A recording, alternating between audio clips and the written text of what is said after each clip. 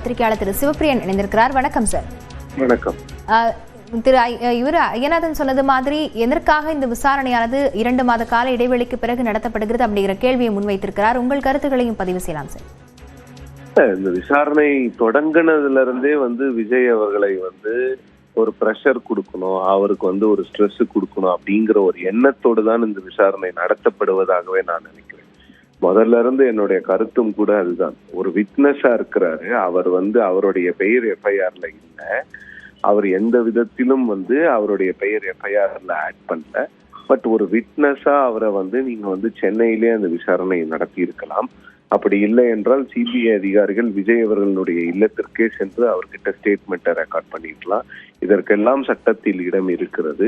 இருந்தாலும் கூட 2 முறை விஜய் அவர்கள் டெல்லிக்கு வரவழைக்கப்பட்டார். கிட்டத்தட்ட ஒரு 14-15 மணி நேரம் அவரிடம் விசாரணை நடைபெற்றது. அப்புறம் இப்போ இன்னைக்கு கூட்டிட்டு போயிருக்கிறாங்க. இன்னைக்கு எவ்வளவு நேரம் விசாரணை நடக்கும்னு தெரியாது. ஸோ இதெல்லாம் எதை காட்டுகிறது என்றால், ஒரு விட்னஸ் நீங்க இவ்வளவு நேரம் விசாரிக்கிறீங்க, பட் எத்தனை விட்னஸ் அந்த கேஸ்ல இருக்கிறாங்க, அந்த விட்னஸஸ் எல்லாரையுமே 3 முறை கூப்பிட்டீங்களா, ஒரு 20 மணி நேரம் விசாரணை நடத்துனீங்களா அப்படிங்கிற கேள்விகள்லாம் இருக்கிறது. ஸோ விஜய் அவர்களை பொறுத்தவரையில அவர் இன்னும் அதை பத்தி வெளியில பேசல.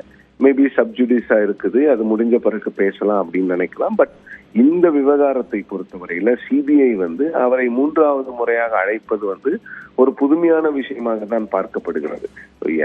நிறைய கேசஸ் பண்றாங்க. அதுல எத்தனை கேஸ்ல சிபிஐ விட்னஸஸ கூப்பிட்டு விசாரிக்கிறாங்க, இத்தனை மணி நேரம் விசாரிக்கிறாங்க அப்படிங்கிறது தெரியல. ஒரு பிரஷர் டாக்டிக்ஸா தான் இதை விஜய் அவர்களுக்கு சிபிஐ கொடுக்கிற மாதிரி எனக்கு தெரியுது. அதுல எந்த மாற்று கருத்துமே இல்லை. இணைப்பிலிருந்து கருத்துக்களை பகிர்ந்து கொண்டமைக்கு நன்றி திரு சிவப்பிரியன்.